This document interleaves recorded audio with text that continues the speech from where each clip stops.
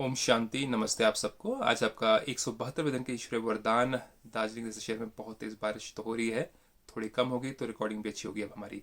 तो आज के वरदान में जाने से पहले हम देखेंगे एक बहुत ही महत्वपूर्ण लिंक यहाँ पर। ये जो लिंक है आपको लेके जाएगा सीधा फ्लेक्सिबिलिटी, योग आसन, डाइट और सोने की कला। सब कुछ यहाँ पर आपको मिल सकता है, जो जाके दिखे। और आगे बढ़ते हैं आज के 172वें ईश्वरीय वरदान में। परमपिता परमात्मा चाहते क्या है। परमात्मा पिता हमें भक्ति का फल देने आए हैं। हमने जीवन काल में हमने कई जन्मों से भक्ति करी भी है, और हर एक भक्ति में हमने चारों तरफ फेरे तो लगाए, लेकिन लास्ट में हासिल कुछ भी नहीं हुआ। माना परमात्मा कौन है, कहाँ रहते हैं, कैसे दिखते हैं, उनका नाम क्या है, करते क्या है, उन्होंने दुनिया की रचना कैसे करी, और ये सृष्टि का चक्र कैसे रचा हुआ है, हम आते जाते कैसे हैं इस धरती पर, फिर वापस कैसे जाते, सबका ज्ञान हमारे पास ना होने के कारण हम अंधकार में थे, पाप कर्म करते रहे और अशांत होते रहे। तो परमपिता परमात्मा हमें वो अशांति को हटाने के लिए, ताकि हमारे अंदर फिर से ज्ञान भरे, शक्ति भरे, प्रेम आनंद खुशियाँ भरे, उसका एक निचोड़ देते हैं। तो देखिए परमात्मा आज हमें क्या वरदान कहते हैं।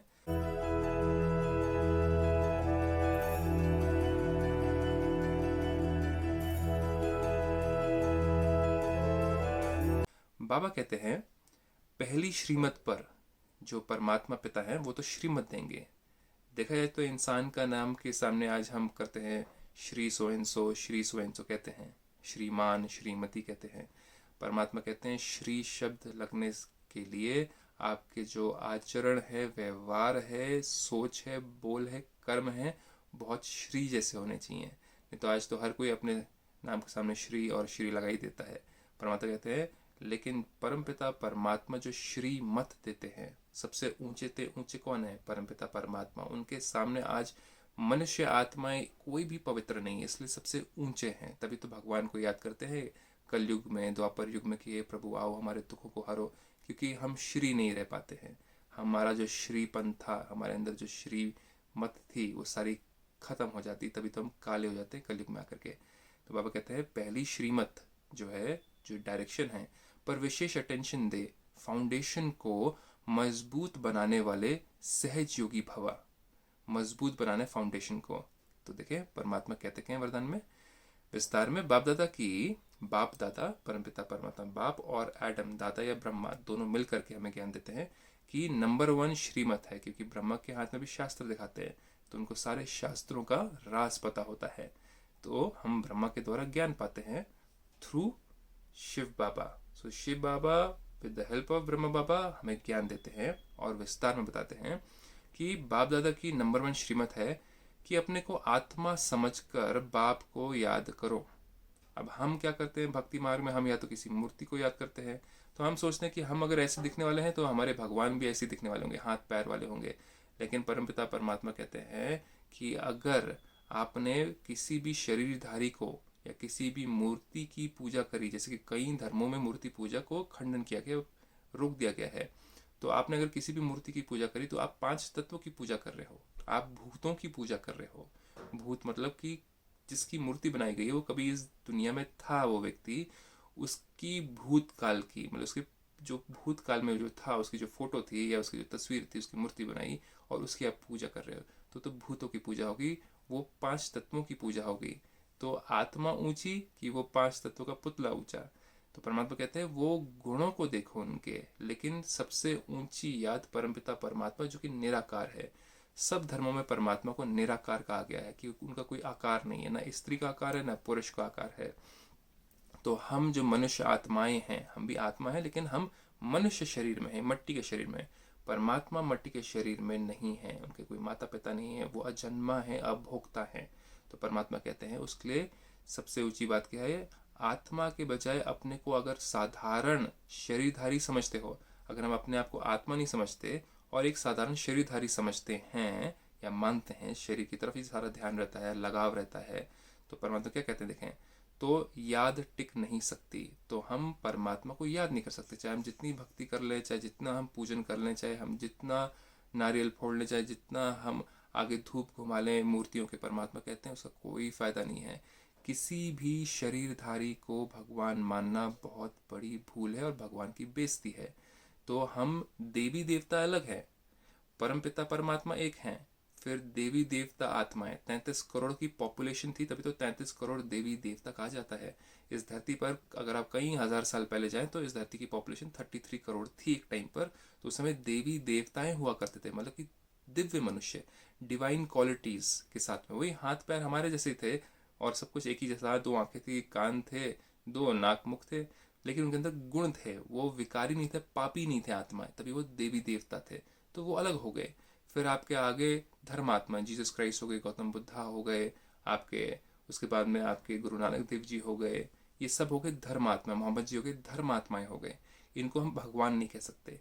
फिर आपके आते हैं पुण्य आत्माएं, जिसमें कि आप जो कि सेंट्स हो गए, जिन्होंने बहुत पुण्य किया हुआ है, दान पुण्य किया हुआ है, लोगों का भला किया, वो पुण्य आत्मा।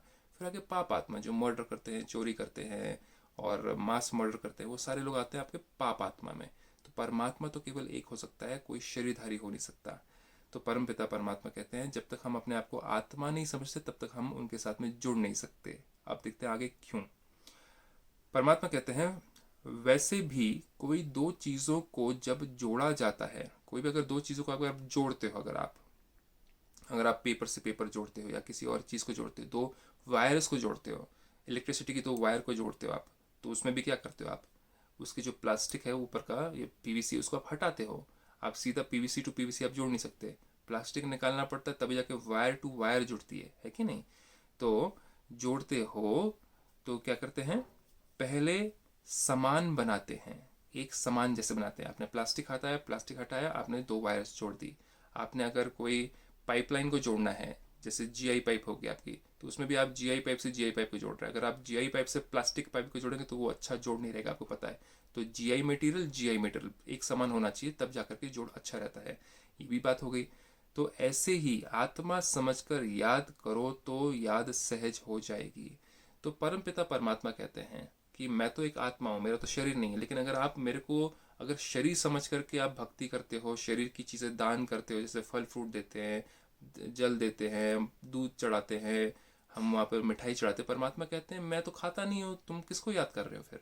तुम मुझे शरीरधारी समझ करके मुझे अर्पण करते हो खान पान की चीज़ें, मैं तो खाता नहीं हूँ। तो तुम्हारी जो कनेक्शन है मेरे साथ में, क्या वो सही हुआ? सोचो जरा आप भी, क्या वो सही कनेक्शन हुआ?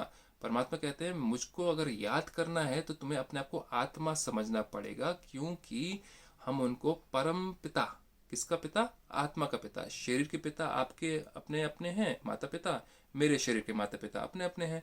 तो आत्मा का पिता परम पिता, परम आत्मा, सुप्रीम सोल। परम मीन्स ऊंचा। किस चीज में ऊंचा? ये नहीं कि उनका हाइट बहुत ज्यादा है इसलिए, या उनका साइज बहुत बड़ा है हमसे इसलिए वो सुप्रीम है, नहीं। वो गुणों के सागर हैं, शांति के सागर हैं, प्रेम के सागर हैं, मुक्ति दाता है, सारी आत्माओं की मुक्ति दाता है, इसलिए वो परम है, ऊंचे हैं वो। उनकी सोच ऊंची है इसलिए वो ऊंचे हैं। ये नहीं कि वो किसी सीट पे बैठे हुए ऊंची, कोई स्टेज पे बैठे हुए, इसलिए वो परम है वो। तो परमात्मा कहते हैं ये है श्रीमत ही मुख्य फाउंडेशन है। अगर आत्मा समझे बिना अगर हम परमात्मा को याद करने की कोशिश करते हैं तो हम याद नहीं कर सकते, उनसे साथ में कनेक्शन नहीं बैठेगा, उनको हमारा मैसेज नहीं पहुंचेगा, क्योंकि हम अपने को शरीरधारी समझ रहे हैं। शरीरधारी समझने से हमारा सारे थॉट्स जो होते हैं वो दुनियावी थॉट्स बन जाते हैं, अर्थली थॉट्स। ये 5 तत्वों के अंदर हमारी बुद्धि सीमित हो जाती है, तो हमारे संकल्प कैसे जाएंगे परमपिता परमात्मा के पास में, वो भी ब्रह्म लोक में। तो परमात्मा कहते हैं तुम इसी लोक की सोचते हो, इसी लोक के शरीरधारी समझते हो अपने आप को, तो तुम्हारे थॉट्स भी, तुम्हारे संकल्प भी इसी लोक के बन जाते हैं। तुम परलोक में जहाँ पे रहता हूँ, या ब्रह्मलोक या परम धाम में जहाँ रहता हूँ, वहां तक तुम्हारे संकल्प पहुंच ही नहीं सकते जब तक अपने आप को आत्मा नहीं समझते हो। आत्मा क्या है? आत्मा एक एनर्जी है, एक वाइट लाइट है। आत्मा के अंदर ही आपके थॉट्स क्रिएट होते हैं, इसलिए आत्मा के अंदर आपका मन है। हमने साइंस में सीखा कि ब्रेन थिंग्स, स्पिरिचुअलिटी, आध्यात्म कहता है ब्रेन नहीं सोचता है, आत्मा सोचती है, आत्मा ही कर्म करती है। तभी हम कहते हैं पुण्य आत्मा, पाप आत्मा, धर्म आत्मा। तभी तो परमात्मा कहते हैं कि आत्मा कर्म करती है, आत्मा ही पुनर्जन्म में जाती है, आत्मा ही पुनर्जन्म में जाकर के अपने हिसाब किताब चुकतू करती है। तो आप एक आत्मा है, मैं एक आत्मा हूँ, मैं ये शरीर नहीं हूँ, मैं कोई गोरा नहीं हूँ, मैं कोई हिंदू नहीं हूँ, मैं मुसलमान नहीं हूँ, मैं कोई सिख नहीं हूँ, मैं केवल एक आत्मा हूँ। उसी अनुसार परमात्मा कौन है? परमात्मा क्या हिंदू है, क्या मुस्लिम है, क्या सिख है, क्या ईसाई है? कौन से धर्म के परमात्मा? सोचिए आप जरा, किस धर्म के हैं वो? उनका धर्म है शांति, प्रेम, सुख, आनंद। वही मेरा भी धर्म है, वही आपका भी धर्म है।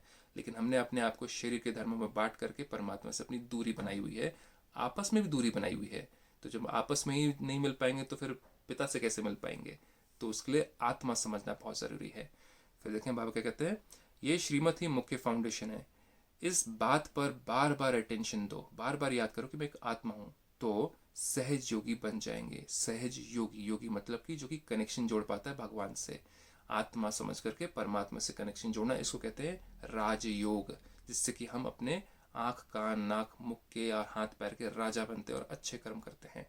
आज का आपका ये ईश्वरीय वरदान, बहुत ही basic foundation, first day of your course जैसा ही लगा मुझे आज। आप इसको बहुत अच्छी से सोचिएगा, समझिएगा कि मैं आत्मा कैसे हूँ, और आपका जीवन सफल हो, सुखी हूँ आप। ओम शांति।